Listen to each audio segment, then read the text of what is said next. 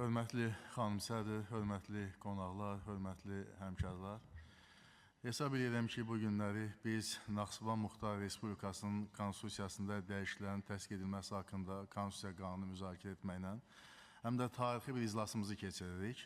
Çünki bu qanunun müzakirəsi və bu qanunun təsdiq edilməsi öz-özlüyündə mühüm bir hüquqi hadisədir. Bu çox önəmli bir məsələdir. Və həmkarım hörmətli Əli Müəllim Hüseynli bu qanun haqqında, konstitusiya qanunu haqqında çox geniş, ətraflı məlumat verdi. Bəzi detallarına mən də toxunmaq istəyərdim. Əvvəla bu konstitusiya qanunun ən mühüm cəhəti onunla bağlıdır ki, artıq ilk dəfə müəyyən hüquqi uyğunsuzluğa son qoyulur Naxçıvanın konstitusiyasında. Çünki əvvəlki versiyada, əvvəlki qanunda yazılmışdı ki, Naxçıvanda Ali qanunverici hakimiyyət orqanı kimi Ali Məclis çıxış eləyirdi. Eyni zamanda, eyni vaxtda Ali Məclis həm də ki, icra hakimiyyət funksiyasını həyata keçirirdi. Yəni, bu hakimiyyətin bölgüsü ilə bağlı prinsipin pozulması anlamına gəlir. Bəlkə də müəyyən tarixi reallıqlar çərçivəsində məhz belə də olmalıydı. Amma reallıqlar bugün dəyişir, başqa bir dövrdür, başqa zamandır. Bu günlər biz ərazi bütövlüyü və suverenliyini tam təmin etmiş bir dövlətik, demokratik inkişaf yolunu seçib, bu istiqamətdə ciddi addımlar atmış dövlətik və belə olan vəziyyətdə hesab edirəm ki, Naxçıvanda da hakimiyyətin bölgüsü prinsipinin tam müəyyən edilməsinə böyük ehtiyac var idi və bu qanunda, bu konstitusiya qanununda artıq aydın şəkildə yazılıb ki, Azərbaycan Respublikası prezidentinin təyin etdiyi səlahiyyətli nümayəndəlik məhz icra orqanı funksiyasını həyata keçirir. Və onun da səlahiyyətləri bəllidir, səlahiyyətləri də isə Azərbaycan Respublikasının prezidenti müəyyən edir. Eyni zamanda Naxçıvan Muxtar Respublikasının Ali Məclisinin də funksiyası məhz qanunvericilik hakimiyyəti ilə yekunlaşır. O öz funksiyasını həyata keçirir. Məhkəmə hakimiyyəti də bəllidir.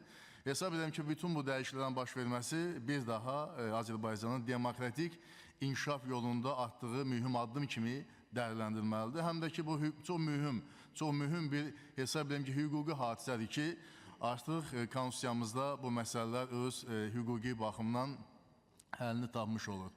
Və mən də həmkarlarımın fikrinə qoşulub söyləyirəm ki, əgər 2021-ci ilin 15 iyununda tarixi əhəmiyyətli Şuşa bəyannaməsi imzalandıqdan sonra və bizim Türkiyə ilə münasibətlərimiz artıq strateji müttəfiqlik və hərbi müttəfiqlik səviyyəsinə yüksəldikdən sonra doğrudan da Moskva və Qars müqavilələrinin istinadın mənası itir və onların elə konstitusiya qanununda adlarının da çıxarılması tam məntiqidir və 1921-ci il reallıqlarından danışırlar. Ona istinadın o baxımdan da əhəmiyyəti yox idi ki, bu günləri faktiki olaraq heç beynəlxalq hüququn imzalanmış o norma və prinsiplər, təsdiqlənmiş norma və prinsiplər belə işləmir və bəzən bizim əleyhdarlarımız 1921-ci il müqavilələrinə istinadən öz, necə deyərlər, çirkin niyyətlərindən istifadə edə bilərdilər.